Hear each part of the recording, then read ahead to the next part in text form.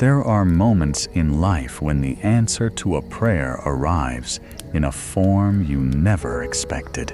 Sometimes it comes quietly. Sometimes it comes through a door that suddenly opens. And sometimes it comes into the darkness of a cave. David had been running for a long time. He had slept beneath open skies, hidden among the rocks, crossed dry valleys, and listened through the night for the sound of approaching footsteps. He was no longer living like the man people once celebrated. There had been a time when songs were sung about him, a time when crowds welcomed him, a time when David stood before kings and armies without fear. But now he was a hunted man, and the man hunting him was Saul, the king of Israel, the same king David had served, the same king whose life David had once saved, the same king who had once looked upon David with affection. Now Saul wanted him dead, so David disappeared into the wilderness. And there, among the cliffs and caves of En-gedi, David waited. The land was quiet that day. The desert stretched beneath the sun, rough and golden, broken by stone and shadow. Far away, the hills rose like walls.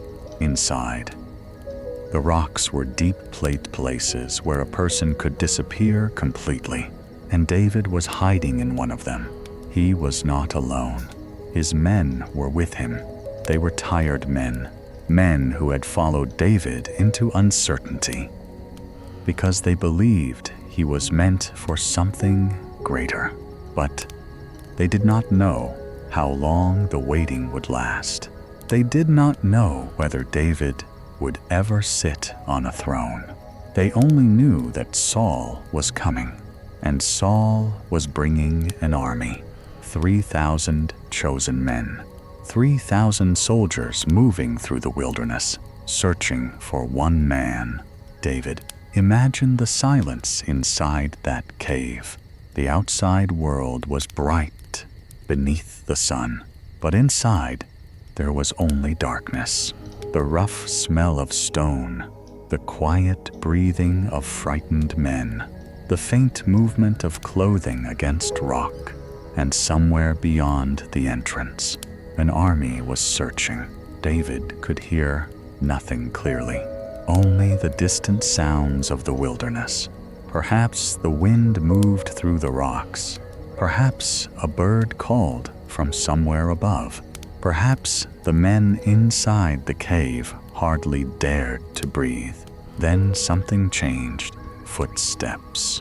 Saul was coming, not toward the cave, because he knew David was there, not because one of his soldiers had discovered the hiding place. Saul simply entered the cave.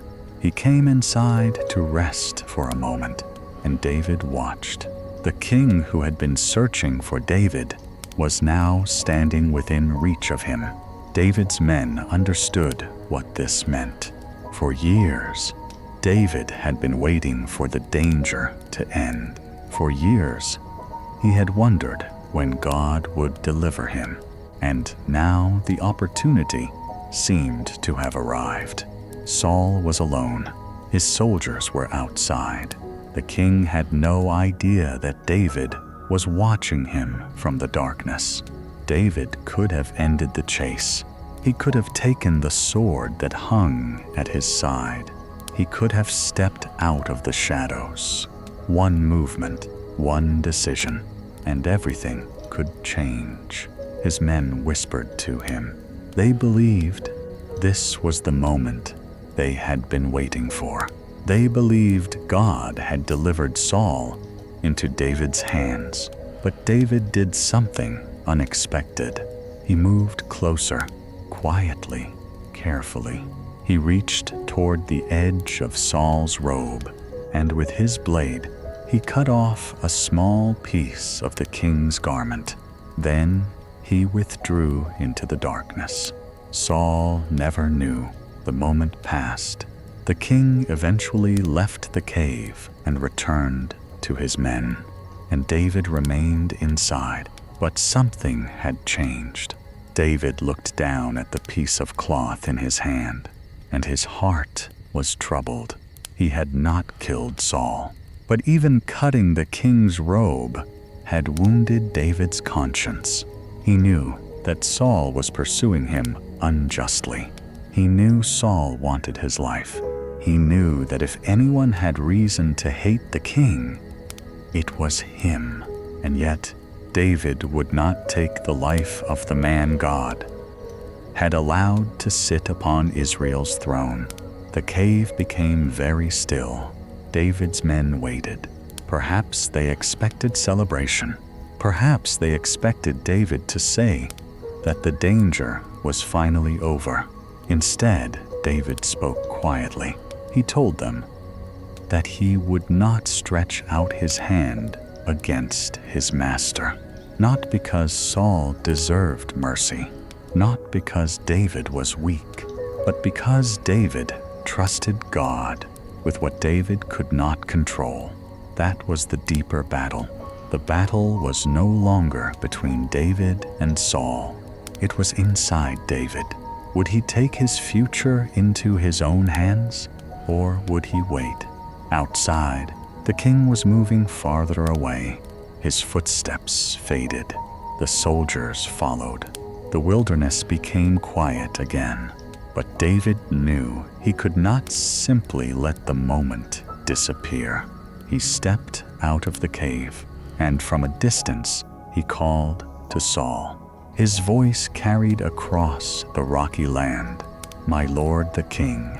Saul stopped. He turned around, and David bowed low.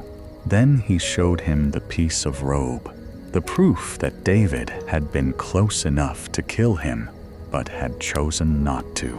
For a moment, neither man moved. The king looked at the torn edge of his garment.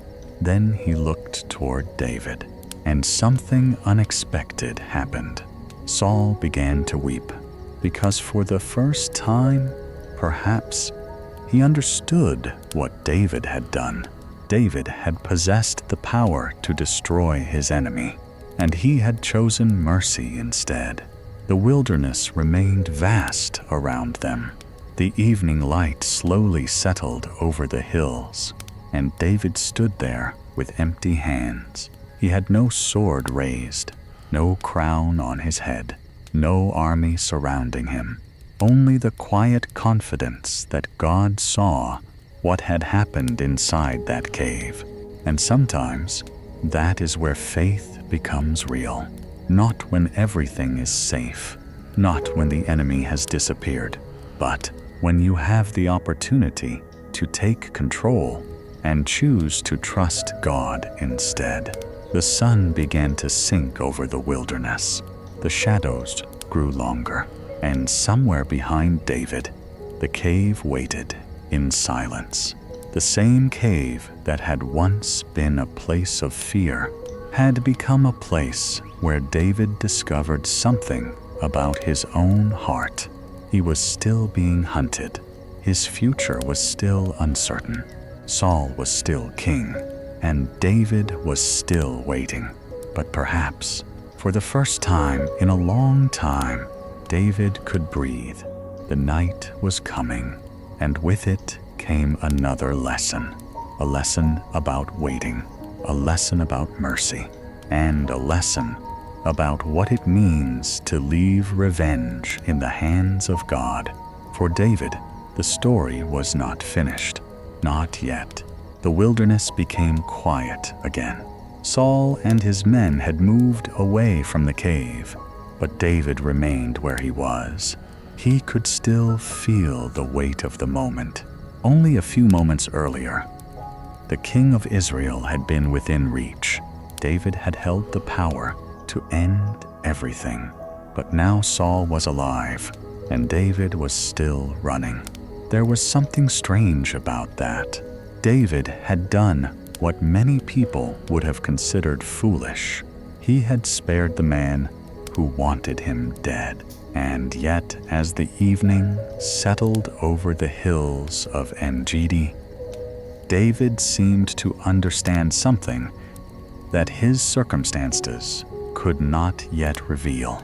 Sometimes, obedience does not immediately make your life easier. Sometimes, doing what is right leaves you standing in the same wilderness, still waiting, still uncertain, still wondering what God is doing. David had been anointed to become king. Samuel had poured the oil over his head years before. God had chosen him. David knew that. But between the promise and the fulfillment stood a long road.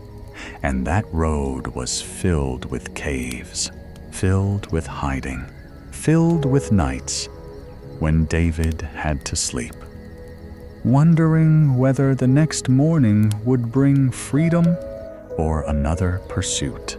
Perhaps that was why this moment mattered so much. David had been given a chance to force the promise to happen. He could have killed Saul and taken the next step toward the throne, but David refused. He would not become king by becoming the very kind of man Saul had become. He would wait for God. And waiting is often harder than fighting, because when you fight, you feel as though you are doing something. When you wait, you must trust. You must release your grip. You must allow tomorrow to remain unknown.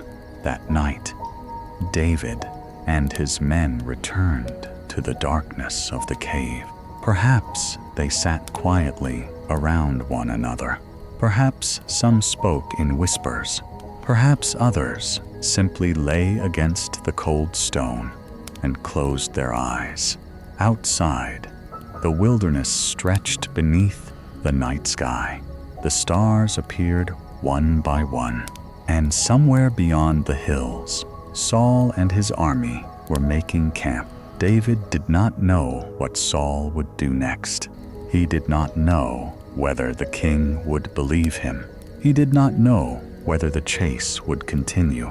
But David had done what he believed was right, and for that night, that was enough. There is something peaceful about that kind of surrender, not because every problem has disappeared, but because you no longer need to solve every problem before you can rest. David could not control Saul. He could not control the future. He could not make the throne arrive sooner. He could not erase the years of fear, but he could choose what kind of man he would be. And in the darkness of that cave, David made that choice. He would not repay evil with evil. He would not allow hatred to shape his heart. He would not take what belonged in God's hands. Morning eventually came. The first light appeared over the hills. The cave slowly filled with pale gold. David and his men emerged once again into the wilderness, and for a moment, everything seemed almost peaceful. But the peace would not last. News came that Saul had left the area. The king had returned to his search, and David understood that the story was not finished. Saul still believed David was a threat. He still wanted to capture him. The king's heart had not truly changed. Only the moment had changed, and that is an important part of David's story. David's mercy did not immediately transform Saul. David's goodness did not suddenly make his enemy good. David's decision did not remove the danger. He simply refused to become consumed by the danger. That distinction matters, because sometimes we think that forgiving someone means trusting them again. But David did not walk toward Saul and place himself back into his hands. He kept his distance. He remained cautious. He protected himself and his men. but he refused to seek revenge. There was wisdom in that. Mercy did not mean pretending the danger was not real. It meant refusing to let revenge become the answer.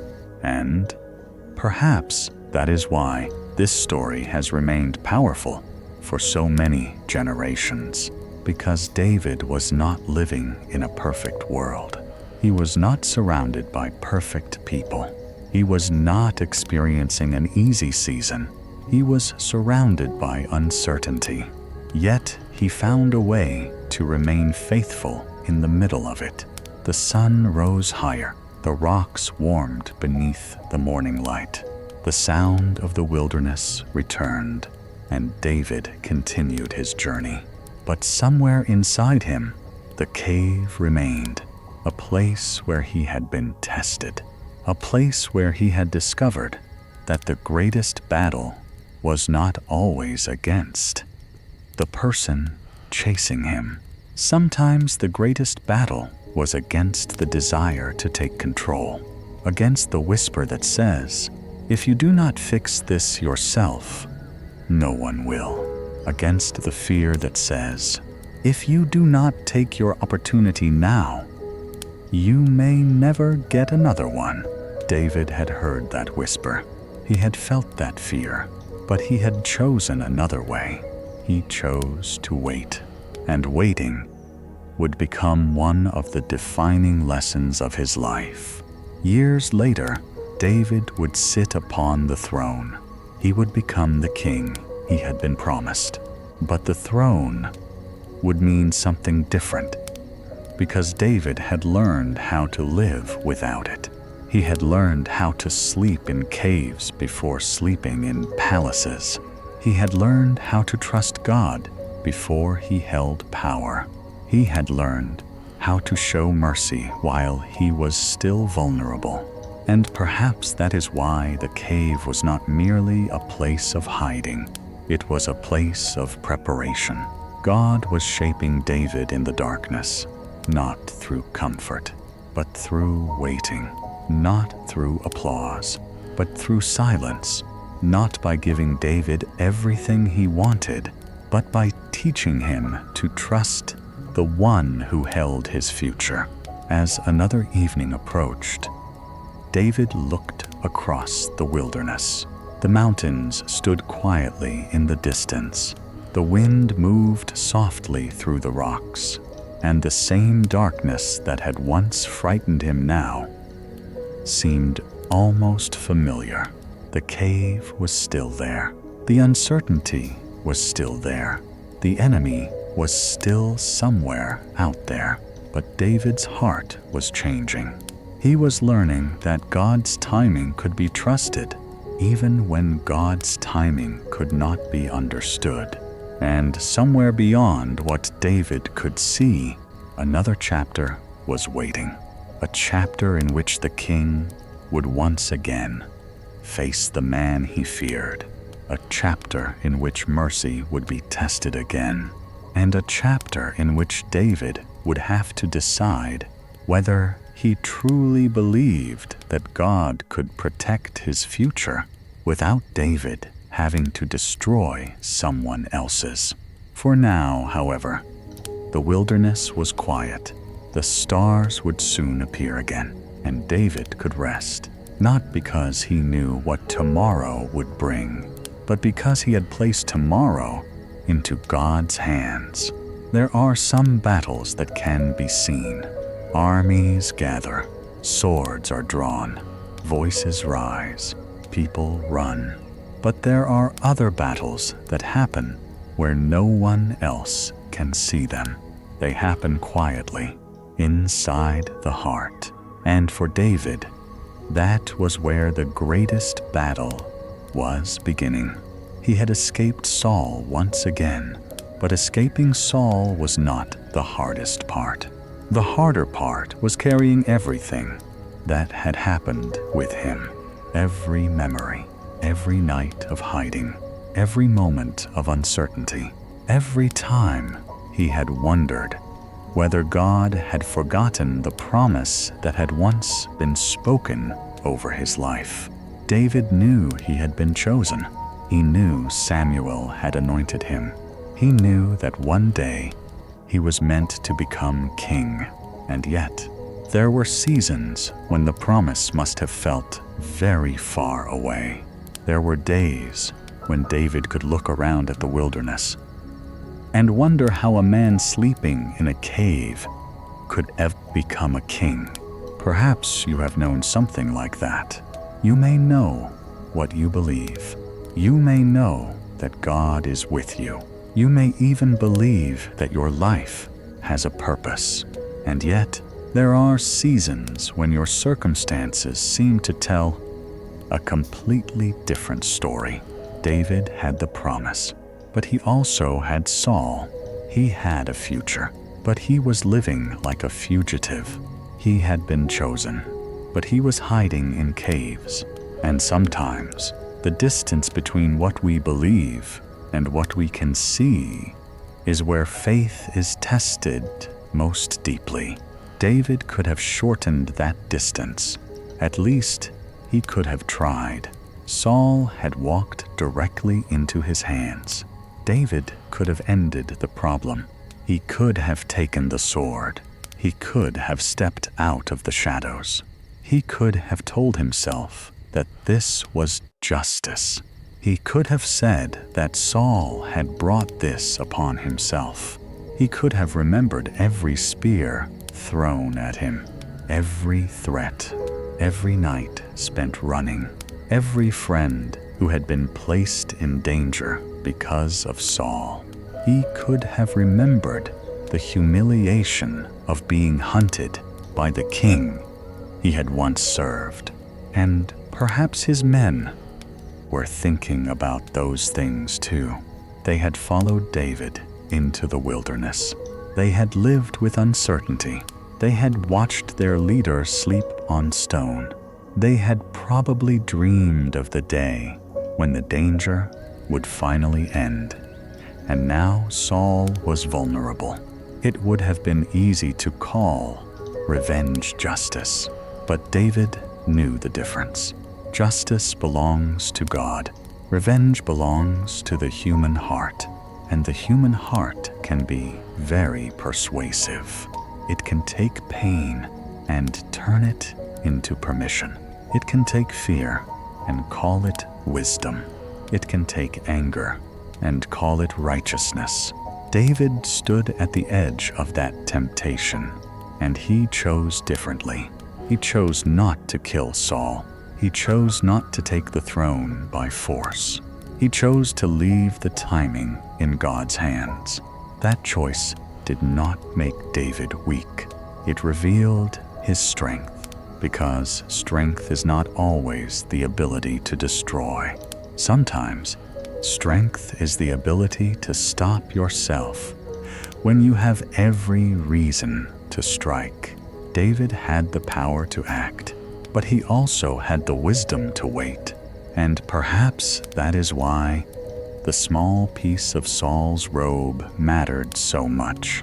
It was a reminder. David had been close enough.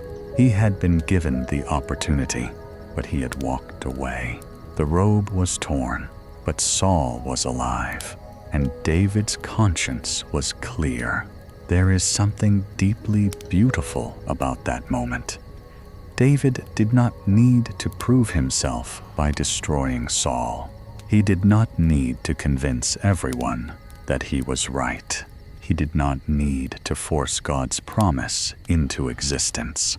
He simply needed to remain faithful. And sometimes that is all faith asks of us. Not to understand everything, not to control everything, not to know what tomorrow will bring, only to remain faithful today. The wilderness began to darken again.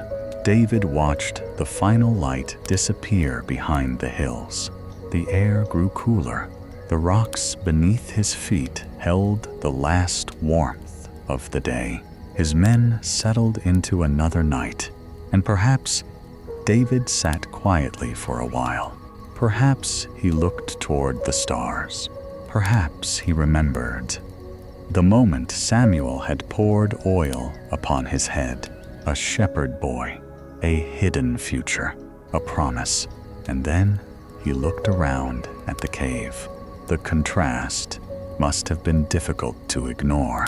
A future king sleeping in a cave, but God had not forgotten him.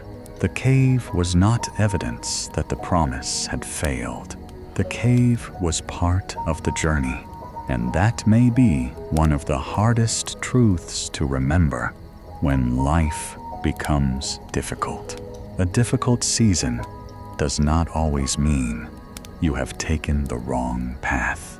Sometimes the wilderness is where your character is being formed.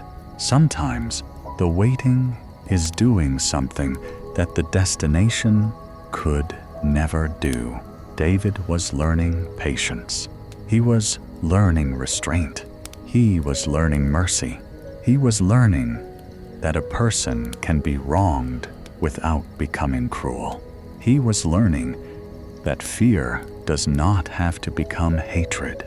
He was learning that uncertainty does not have to become despair. And he was learning to trust God's timing. That lesson would matter long after the cave was forgotten, because one day David would have power. One day people would call him king. One day men would surround him and obey his commands, and the decisions made in the wilderness would shape the man who sat upon the throne. The cave was preparing David for the palace, not by teaching him how to rule others, but by teaching him how to rule himself. That may have been the greater lesson, because a man who cannot control his own anger will eventually be controlled by it. A man who cannot wait will always be tempted to take, and a man who believes he must control everything will never truly know rest. David was learning another way. He was learning to release, to trust, to wait, to breathe. And perhaps tonight, that is the part of David's story worth remembering. You may not be living in a cave. Your surroundings may be completely different, but there may still be something you are waiting for. An answer, a change, a reconciliation, a door to open, a burden to become lighter. You may have been asking God for something for a very long time, and perhaps you have wondered why the answer has not come yet. David knew something about waiting. He knew what it was like to carry a promise while living through circumstances that seemed to contradict it. He knew what it was like to wonder when the wilderness would end. But he learned that waiting was not the same as being forgotten. God could still be working, even when David could not see what he was doing. And perhaps that is true for you too. You do not have to understand the whole road tonight. You do not have to solve tomorrow before you sleep. You do not have to carry every unanswered question into the night. David did not know when Saul's pursuit would end. He did not know exactly how the promise would unfold. He only knew the next faithful step. And sometimes that is enough. The night grew deeper. The voices around the cave became quieter. One by one, David's men settled down to sleep. The fire burned low. The wind moved gently through the rocks, and David remained awake for a little while longer. Perhaps he thought about Saul. Perhaps he thought about the throne. Perhaps he thought about the piece of cloth still in his hand. But eventually, even David had to let the day go. He had done what he could. The rest belonged to God. And as the stars stretched across the dark sky above the wilderness, David rested beneath them. The future could wait until morning. The questions could wait. The danger could wait. For this night, David could simply be still.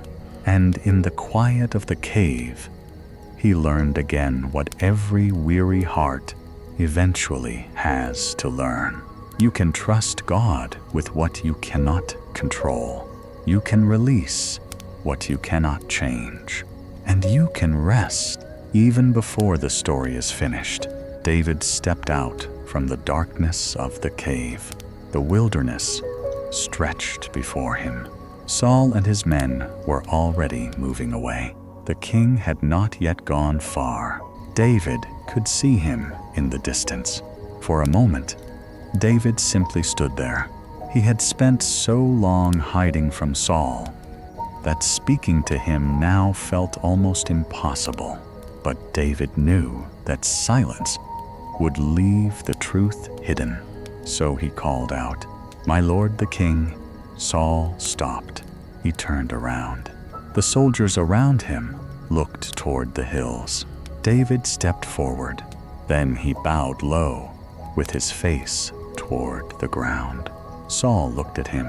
Perhaps he was confused. Perhaps he expected an attack. Perhaps he wondered how David had managed to come so close without being discovered. But David did not raise a sword. Instead, he lifted the piece of cloth he had cut from Saul's robe. He held it where the king could see it. "See what is in my hand." The wilderness became quiet. David explained what had happened inside the cave. He told Saul that his men had urged him to kill the king. He told him that Saul had been completely within his power. He told him that he could have taken his life, but he had refused. David had chosen not to stretch out his hand against the Lord's anointed. Then he said something that revealed the heart of the entire story. He asked Saul why he listened to those who claimed David wanted to harm him. David was standing before the man who wanted him dead. Yet he was not speaking with hatred. He was speaking with sorrow. There was something almost heartbreaking about the scene. David did not want Saul to die. He wanted Saul to understand, "I have not sinned against you." Those words carried the weight of years. David had been accused.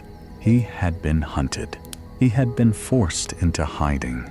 And yet here he was, standing in front of Saul, offering proof that he had not returned evil for evil. David held up the piece of robe again. If he had wanted revenge, he could have taken the king's life. The torn cloth was evidence. It was a small piece of fabric, but it represented a very large decision. David had chosen mercy when no one would have blamed him for choosing revenge. And now Saul had to face the truth. The man he had been calling an enemy had spared him. For a long moment, Saul said nothing. Then something changed in his face. The anger faded. The certainty disappeared. And the king began to weep.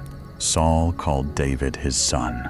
The words must have sounded strange after everything that had happened. "My son David." Perhaps David had not heard those words from Saul in a long time. Perhaps some part of him remembered the days when Saul had welcomed him into his presence, before suspicion, before jealousy, before fear. Before the pursuit began, Saul confessed that David was more righteous than he was. He admitted that David had repaid his evil with good. The king looked at the man he had been hunting and realized that David had possessed something Saul himself had lost: restraint. David had power without allowing power to control him. Saul had a crown. David had a promise. But David was learning how to wait, and Saul was learning what it meant to lose control. The two men stood beneath the open sky. No walls separated them now. No darkness hid David. No sword stood between them. Only the truth. Saul understood that David could have killed him. And perhaps for the first time, he understood that David did not want his throne through murder. David trusted that God would decide what happened next. Saul then asked David to promise that he would not destroy his family. When David eventually became king, it was a remarkable request, because Saul was speaking as though he already knew what David would become. The future king was standing before him, not yet crowned, not yet sitting upon the throne, still living among rocks and caves. And yet, Saul could see something. David's future was not going to be stopped by Saul. The promise of God was stronger than the circumstances surrounding it. David made his promise, and Saul returned home. The soldiers followed him. The sound of their footsteps slowly disappeared into the distance. David remained where he was, watching, waiting. The encounter was over, but David did not suddenly become king. The wilderness did not disappear. The caves did not vanish. The dangers of tomorrow were still waiting. And that is what makes this story so powerful. David did not receive an immediate reward for doing the right thing. He did not walk away from Saul and suddenly find himself surrounded, by celebration. He went back into the wilderness. He returned to waiting. But something inside him had become stronger. He had learned that he could trust God without taking revenge. He had learned that mercy could coexist with wisdom. He had learned that forgiveness did not require him to pretend that the danger was not real. And he had learned that God's promises do not depend upon our ability to force them into existence. The evening light began to fade. The mountains turned dark. The heat of the day disappeared from the stones. David and his men prepared to move again. Perhaps they were tired. Perhaps they were confused. Perhaps some of them still wondered why David had allowed Saul to leave alive. But David knew. There are moments when the greatest victory is the one no one else can see. David had defeated something inside himself, the desire for revenge, the fear of losing his future, the temptation to take control. He had chosen a quieter victory, a victory of the heart. And as David walked away from the place where he had confronted Saul, he did not know how many more nights he would spend in the wilderness. He did not know how many more times he would be tested. He did not know how long he would have to wait before the promise became reality. But he knew something he had not known before. He did not have to make himself king. God had already promised. The timing belonged to God. The throne belonged to God. The future belonged to God. And David could simply remain faithful. The wilderness grew quiet once more. The same wind moved through the rocks. The same hills stood beneath the evening sky. The same stars would soon appear. But the cave behind David no longer felt quite the same. It had been a place of fear, a place of hiding, a place where David had expected danger. Yet inside that darkness, he had discovered light, not the kind that comes from the sun, not the kind that shines across a valley, a different kind of light, the light of knowing that you do not have to become cruel simply because someone has been cruel to you. The light of knowing that you do not have to answer every wrong with another wrong. The light of knowing that God can see what others cannot see. David kept walking. His footsteps were quiet against the earth. The night air became cooler, and somewhere behind him, Saul was returning to his own people. The pursuit had paused. The anger had softened. But the story of David was still unfolding. There would be more battles, more losses, more waiting, more nights when David would wonder what God was doing. But there would also be a throne. There would be a kingdom. There would be a future. And none of it needed to be forced that night. David had learned to wait. So he walked into the darkness and trusted God with the morning. The wilderness was quiet again. David walked beneath the evening sky with his men behind him. The sounds of Saul's army had disappeared. The voices were gone. The footsteps had faded. And slowly, the tension that had filled the day began to loosen. The mountain stood in the distance, dark against the fading light. A gentle wind moved through the rocks, and above them the first stars began to appear. David had survived another day, but this time he carried something different with him. Not a victory over Saul, not a crown, not a promise fulfilled. Only the quiet knowledge that he had chosen the path he believed God had placed before him. He had been given an opportunity to take revenge, and he had let it go. He had been given a chance to control the future, and he had surrendered it. He had stood close enough to the man who wanted him dead to end the story with a single stroke. But instead, David chose mercy, and now he could rest. Not because everything was resolved. It wasn't. Saul was still king. David was still living in the wilderness. The future was still hidden. There would be more uncertainty, more difficult days, more moments when David would have to wonder how long the waiting would continue. But tonight did not require answers to all of those questions. Tonight only required rest. Perhaps David understood something that we often forget. We do not have to finish tomorrow before we can sleep tonight. We do not have to solve every problem before we close our eyes. We do not have to understand every part of God's plan before we trust Him. David had spent years learning this. He had learned it in the wilderness. He had learned it while running. He had learned it while hiding. And he had learned it inside a dark cave when the future suddenly seemed to depend upon one decision.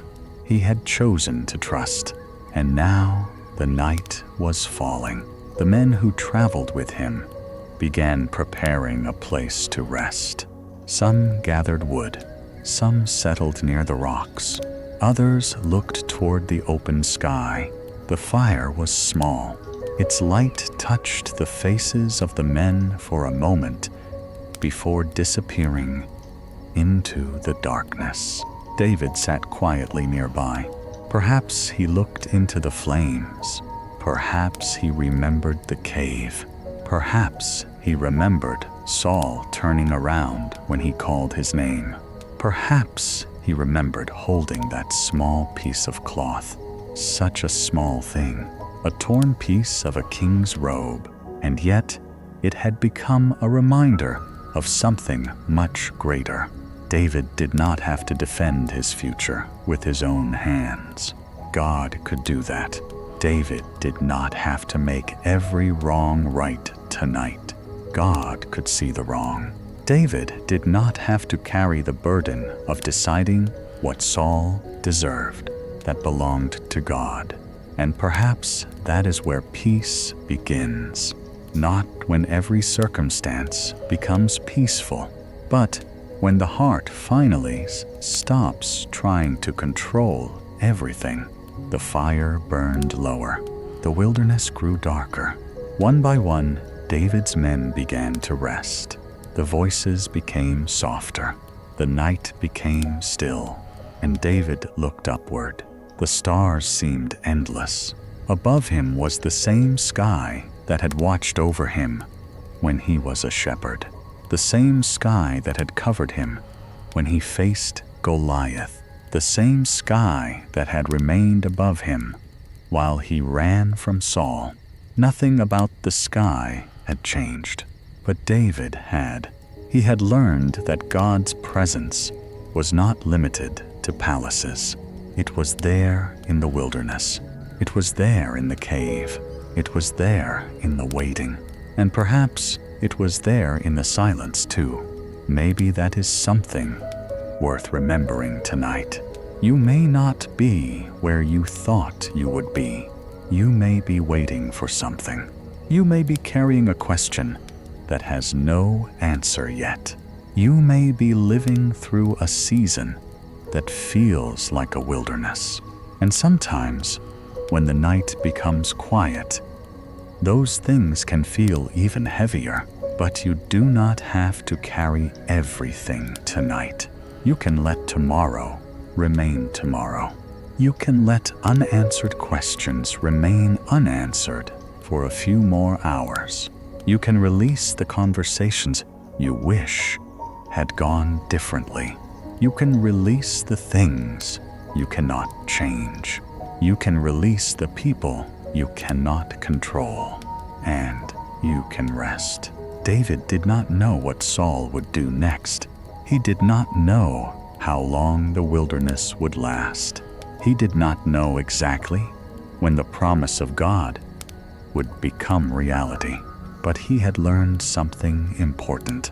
Faith does not always mean knowing what comes next.